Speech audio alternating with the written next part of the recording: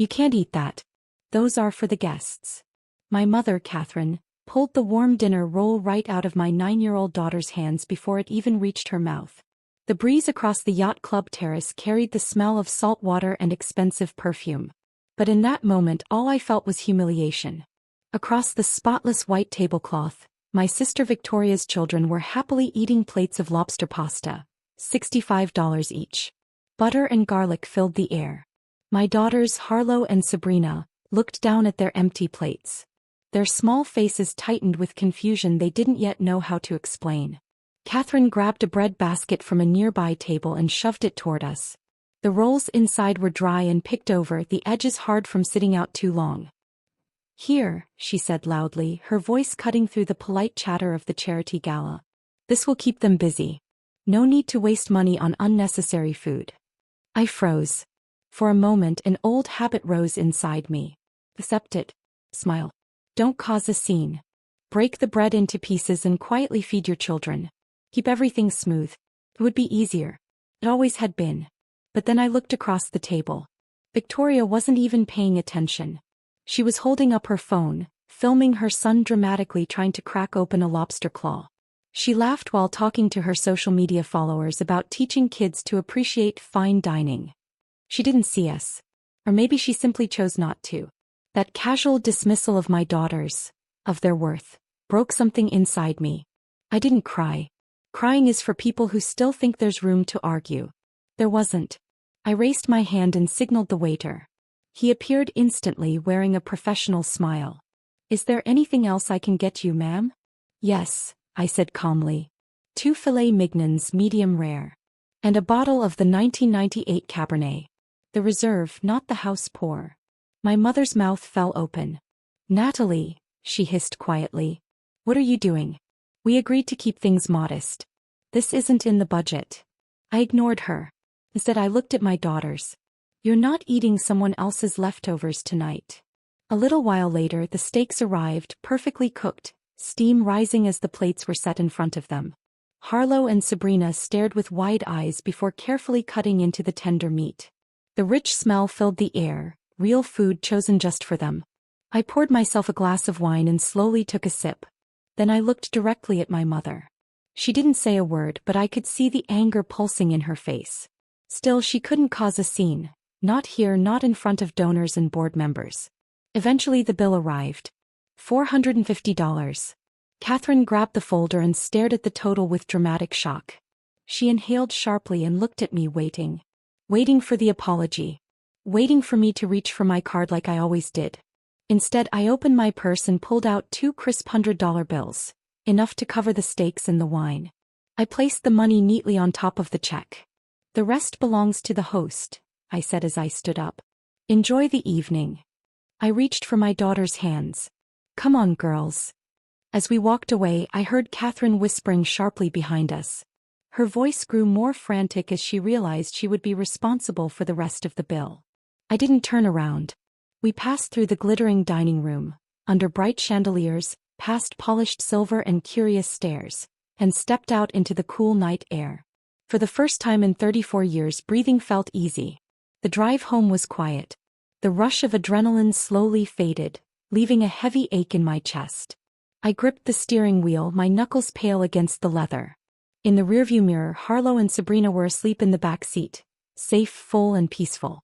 But my mind refused to rest. I replayed the evening over and over in my mind, following the long chain of moments that had led me there. I had always been the fixer in the family, the mediator, the one who stepped in when things fell apart. When Victoria dropped out of college to chase an acting career, I helped write her resume. When her lifestyle brand failed 6 months later, I built her website for free. When my mother, Catherine, felt overwhelmed planning a fundraiser, I took over and ran the entire auction myself. I was dependable, practical, self-sufficient. The daughter who never needed anything, because I was always expected to provide everything. And what did all of that earn me? Stale bread. It was never about the cost of dinner. It was about value. That same morning before the gala, I had signed a contract for a major design project. A 6-figure deal, the kind that can change your future. I had driven to the yacht club glowing with excitement, ready to share the news. ready for once to be proud in front of them. But the moment I sat down at the table, the excitement faded. Because I already knew how it would go. Catherine wouldn't celebrate. She would ask if my client needed a consultant, meaning Victoria. She would suggest I invest in some new opportunity for the family. To them, my success only mattered if it could be redirected toward them. Victoria, now 36, had gone from aspiring actress to mom influencer. Her entire life was funded by our mother. The house wasn't hers. The car wasn't hers. Even those expensive lobster dinners were paid for through accounts she couldn't afford herself. Me. I had quietly helped fund the illusion. Every dinner I paid for. Every emergency I solved. Every insult I swallowed. It was like making regular payments to a family that valued my usefulness more than my presence. For years I told myself I was keeping the peace. That being mature meant absorbing the pressure so everything else wouldn't fall apart. But as I looked at my daughters sleeping in the back seat, something became painfully clear. I wasn't protecting harmony. I was hiding the truth. I was protecting them from the consequences of their own behavior. I had been trained for this role since childhood. I was taught that asking for anything made me selfish. That anger was disrespectful. That my job was to quietly support Victoria while she stood in the spotlight. "You're so strong, Natalie," my mother used to say. It always came right before she handed me another responsibility she didn't want to deal with. It wasn't praise. It was instruction. Be strong so I don't have to be responsible. Be strong so Victoria can be fragile. But tonight something had changed. Tonight I wasn't strong. I was finished.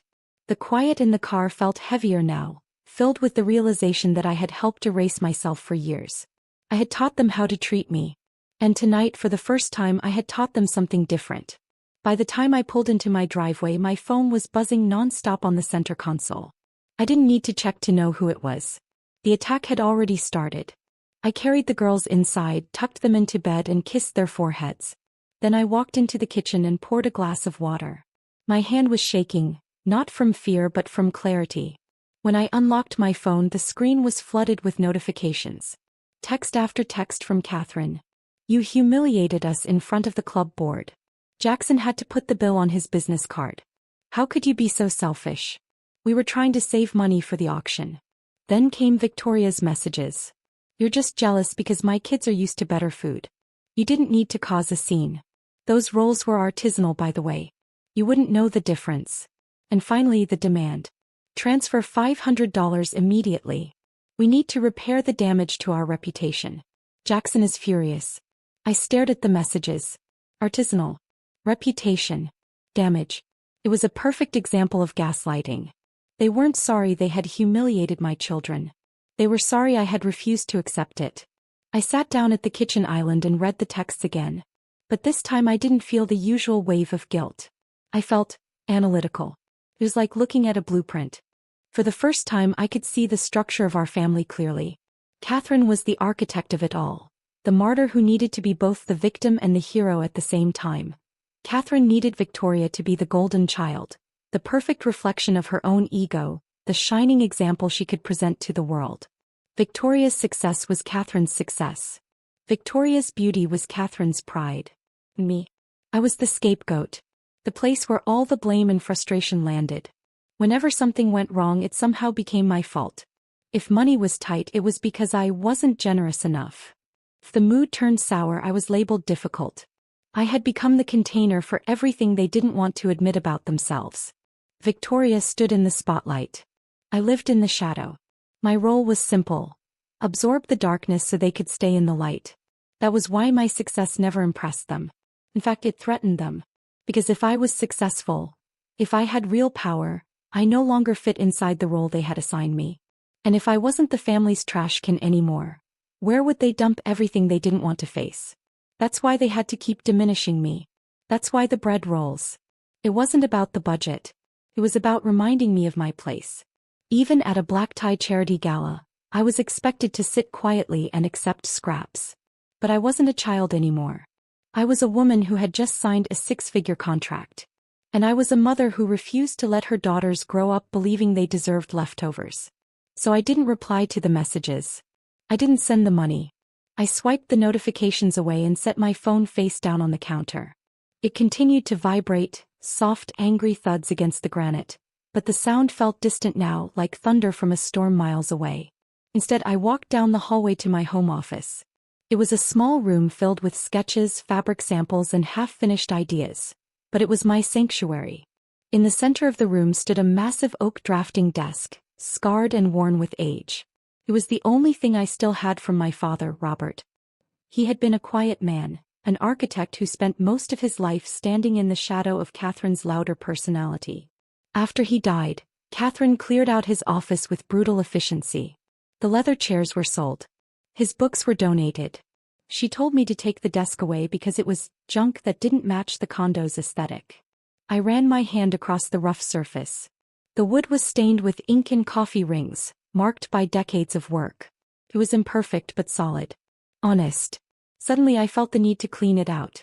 To do something with my hands.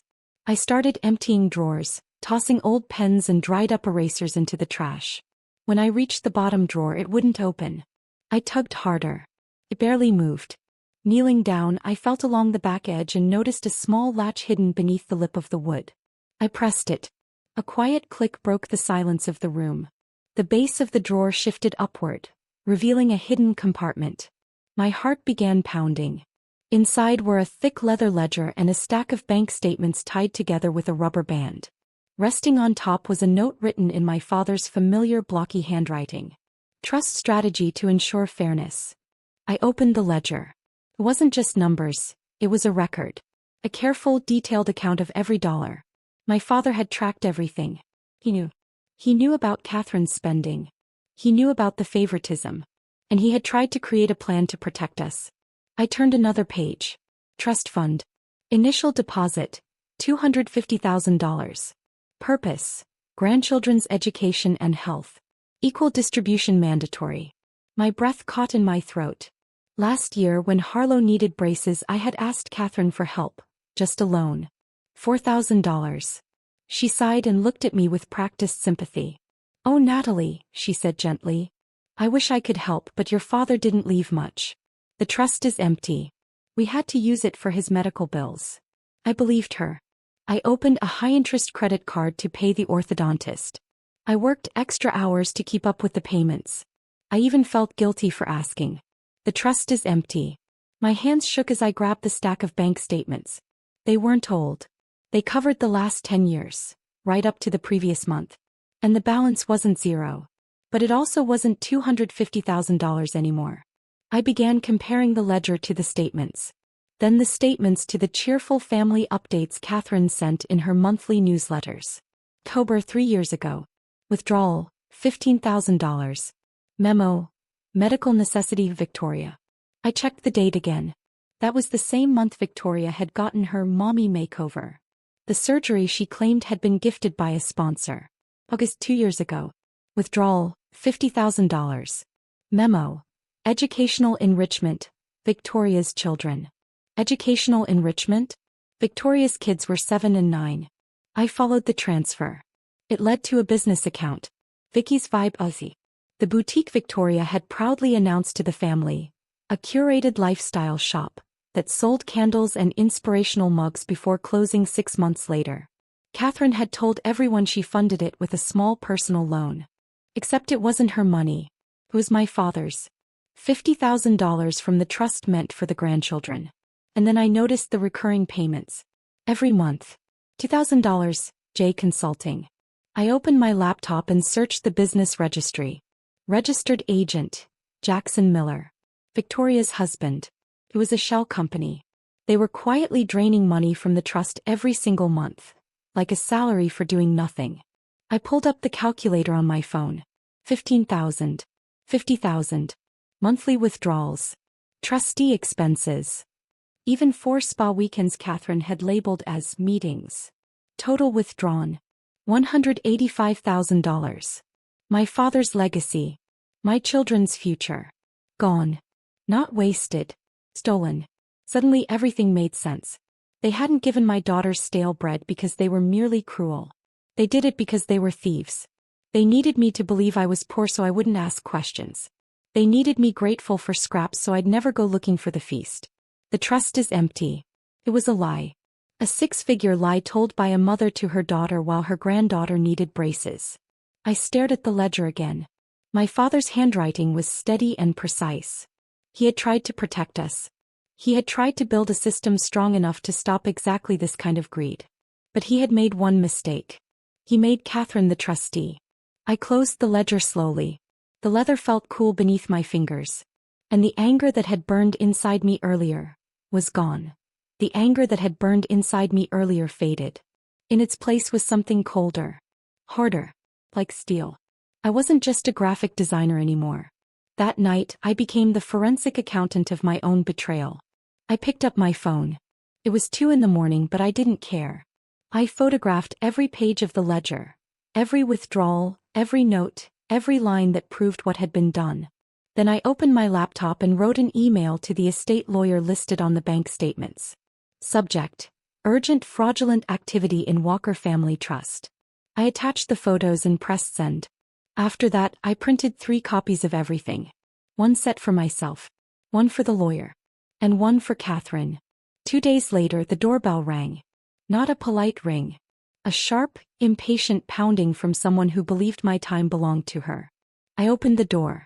Catherine stood there in the bright morning sun, dressed like she'd stepped out of a luxury catalog.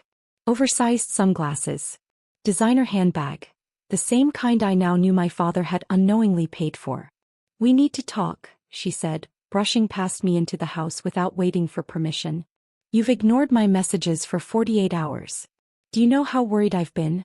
Jackson is even talking about suing you over that dinner bill." She walked straight into the living room and turned toward me, removing her sunglasses to reveal flawless makeup. "You're transferring that $500 today, Natalie. And you're writing Victoria a formal apology. She's been crying for 2 days. You ruined her image at the club." I stayed by the open door. "Are you finished?" I asked calmly. "No, I'm not finished," she snapped. "You're behaving like a child. Just because you have some little job doesn't mean you can disrespect us. You need to remember your place. Victoria has a public image to maintain. We all do, and you're embarrassing the family." My place. I walked to the side table and picked up the manila envelope waiting there. "I know about the boutique," I said. Catherine froze. "What?" "I know about the $50,000 for the boutique. I know about the $15,000 for the surgery.